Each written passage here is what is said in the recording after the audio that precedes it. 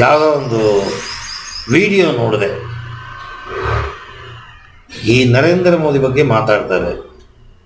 Foreign leaders ಎಲ್ಲ ಹೊಗಳ್ತಾರೆ ಅವರು. He is very exceptional.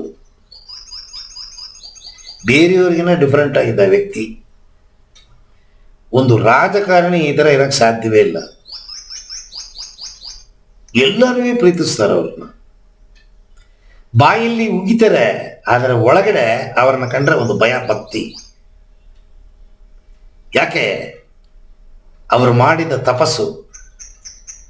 Tea ಮಾರ್ತಾ ಇದ್ದಿದ್ದ ಒಂದು ವ್ಯಕ್ತಿ ಈ ಲೆವೆಲಿಗೆ ಬರಬೇಕು ಅಂದರೆ ಅಸಾಧ್ಯವಾದ ಕೆಲಸ.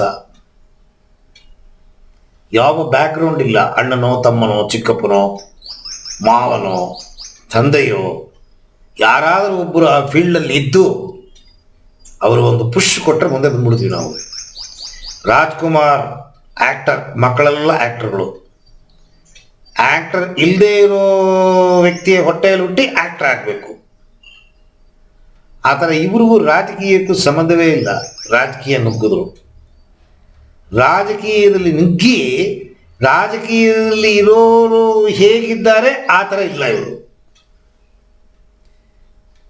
ನಾನೇನು BJP ಪಾರ್ಟಿ ಸೇರಿದವನಲ್ಲ, ಆ ವ್ಯಕ್ತಿ. ಎಲ್ಲರೂ ಆ ಥರ ಇರಲ್ಲ. ಅದು ಸಾಧನೆ ಮಾಡಬೇಕದು, ಇಲ್ಲದಿದ್ರೆ ಬರಲ್ಲ ಅದು. ಯಾಕೆಂದರೆ ಈ ಲೋಕ ನಮ್ಮನ್ನು ಎಳೆಯುತ್ತೆ. ನಾನು ಹೇಳಿದೆ ನೋಡಿ, ಚಿಕ್ಕ ವಯಸ್ಸಲ್ಲಿ ಸಿಗರೆಟ್ ಸೇರಿದ್ದು ನನ್ನ ಲೈಫಲ್ಲಿ ಮರೆಯೋಕ್ಕಾಗಲ್ಲ. 100 ವಿಡಿಯೋಗಳು, ಎಲ್ಲ ವಿಡಿಯೋಗಳಲ್ಲೂ ಇದನ್ನು ಮಾತಾಡಿದ್ದೀನಿ. ಯಾಕೆಂದರೆ ನಂಗೆ ಹೆಮ್ಮೆ.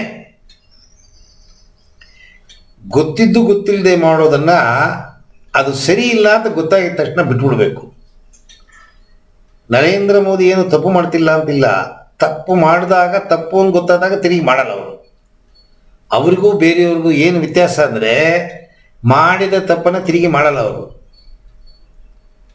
ತಿದ್ದುಕೊಂಡು ಇನ್ನೊಂದು ಸ್ಕೆಚ್ ಹಾಕ್ತಾರೆ, ಹೊಸ ಸ್ಕೆಚ್. ಸಕ್ಸಸ್ ಆಗುತ್ತೆ.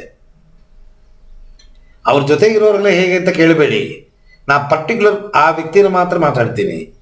ಇದು ಸಾಧನೆ ಮಾಡಿದ್ರೆ ಮಾತ್ರ ನಮ್ಮ ಕ್ಯಾರೆಕ್ಟರ್ನ ಒಂದೇ ರೀತಿ ಇಟ್ಕೊಳಕ್ಕೆ ಸಾಧ್ಯ. ಈ ಎನ್ವೈರ್ಮೆಂಟ್, ಈ ಲೋಕ ಕ್ಷಣ ಕ್ಷಣ ನಮ್ಮನ್ನು ಬದಲಾವಣೆ ಮಾಡೋದಕ್ಕೆ ಪ್ರಯತ್ನ ಮಾಡ್ತಿದೆ.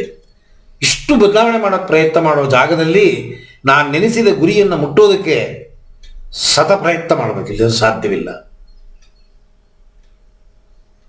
ಈ ಧ್ಯಾನ ಅಂತ ಇಳಿತೀವಿ.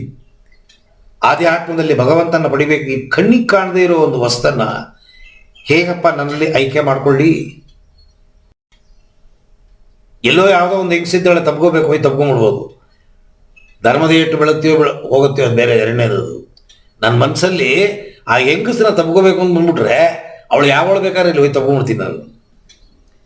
ಇಲ್ಲಿ ದೇವರೇ ಇಲ್ವಲ್ಲ, ಎಲ್ಲಿ ದೇವ್ರನ್ನ ತಪ್ಬೋದು? ನೋಡಿದವ್ರು ಯಾರು? ತೋರ್ಸಕ್ಕೆ ಹೇಳಿ ನೋಡೋಣ. ರಾಮಕೃಷ್ಣ ಪರಮಹಂಸರನ್ನ ಸ್ವಾಮಿ ವಿವೇಕಾನಂದ ಕೇಳ್ತಾರೆ, ದೇವ್ರನ್ನ ನೋಡಕ್ಕೆ ಸಾಧ್ಯವೇ ಅಂತ. ನಾನು ನೋಡಿದ್ದೀನಪ್ಪ. ತೋರ್ಸಕ್ಕೆ ಸಾಧ್ಯವೇ? ನೀ ಬಾಬಾ ಕೂತ್ಕೊಂತ ಕೂರಿಸ್ತಾರೆ ಅವ್ರನ್ನ. ಒಂದು ಚಾರಲ್ಲಿ ಕೂರಿಸ್ಬಿಟ್ಟು ಅವ್ರ ತಲೆ ಮೇಲೆ ಕೈ ಇಡ್ತಾರೆ. ಏನು ಶಾಕ್ ಹೊಡಿಯುತ್ತೆ, ನಡುಗೋಗ್ಬಿಡ್ತಾರೆ. ನಡುಗೋಗ್ಬಿಟ್ಟು 15-20 ದಿವಸ, 1 ತಿಂಗಳು ಪ್ರಜ್ಞೆ ಚೇಂಜ್ ಆಗೋಗುತ್ತೆ ಅವರಿಗೆ. ಈ ಲೋಕದಲ್ಲಿ ಇರಲ್ಲ ಅವರು. ಹೊಸಾದ ಕಾಣುತ್ತೆ ಲೋಕ. ಆ ಥರ ಪರಿವರ್ತನೆ. ಈ ಸಾಧನೆ ಮೂಲಕವಾಗಿ ಭಗವಂತನ ಅರಿಯಲು ಪಡೆಯಲು ಈ ಆಧ್ಯಾತ್ಮದಲ್ಲಿ ಬೇಕಾಷ್ಟು ನಿಯಮಗಳನ್ನು ಮಾಡಿದ್ದಾರೆ. ಮಾಡಿದಾಗ ನಿಮ್ಮ ಮನಸ್ಸು ಸ್ವಚ್ಛತೆ ಆದಾಗ ಆಟೋಮೆಟಿಕ್ ಆಗಿ ಎಲ್ಲ ಟ್ರಿಗರ್ ಆಗಿ ನಿಮಗೆ ಅದರ ಫೀಲಿಂಗು ಗೊತ್ತಾಗುತ್ತೆ. ನಮ್ಮ ಒಳಗಿರೋ ಭಗವಂತ. ಅದನ್ನೇ ಸೆಲ್ಫ್ ರಿಯಲೈಸೇಷನ್, ಗಾಡ್ ರಿಯಲೈಸೇಷನ್ ಅಂತ ಹೇಳ್ತೀವಿ ನಾವು ಆಧ್ಯಾತ್ಮದಲ್ಲಿ. ತನ್ನರಿವು, ಭಗವಂತನರಿವು. ಅದೆರಡು ಯಾವಾಗ ಬರುತ್ತೆ ಅಂತಂದರೆ ಸಾಧನೆ ಮಾಡಿದಾಗ ಬರುತ್ತೆ, ಇಲ್ಲಿದ್ರೆ ಬರಲ್ಲ ಅದು.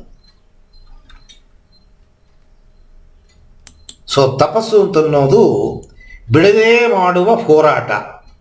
ನಾನು ನೆನೆಸಿದ್ದನ್ನು ಸಾಧನೆ ಮಾಡಲು ಪ್ರಯತ್ನ ಪೆರ್ಸಿಸ್ಟೆಂಟ್ ಎಫರ್ಟ್ ಇಂಗ್ಲೀಷಲ್ಲಿ. ಬಿಡದೇ ಮಾಡುವ ಹೋರಾಟ.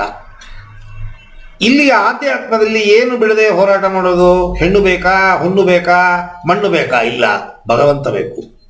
ಭಗವಂತ ಸಿಗುವ ತನಕ ಹೋರಾಟವನ್ನು ನಿಲ್ಲಿಸಂಗಿಲ್ಲ.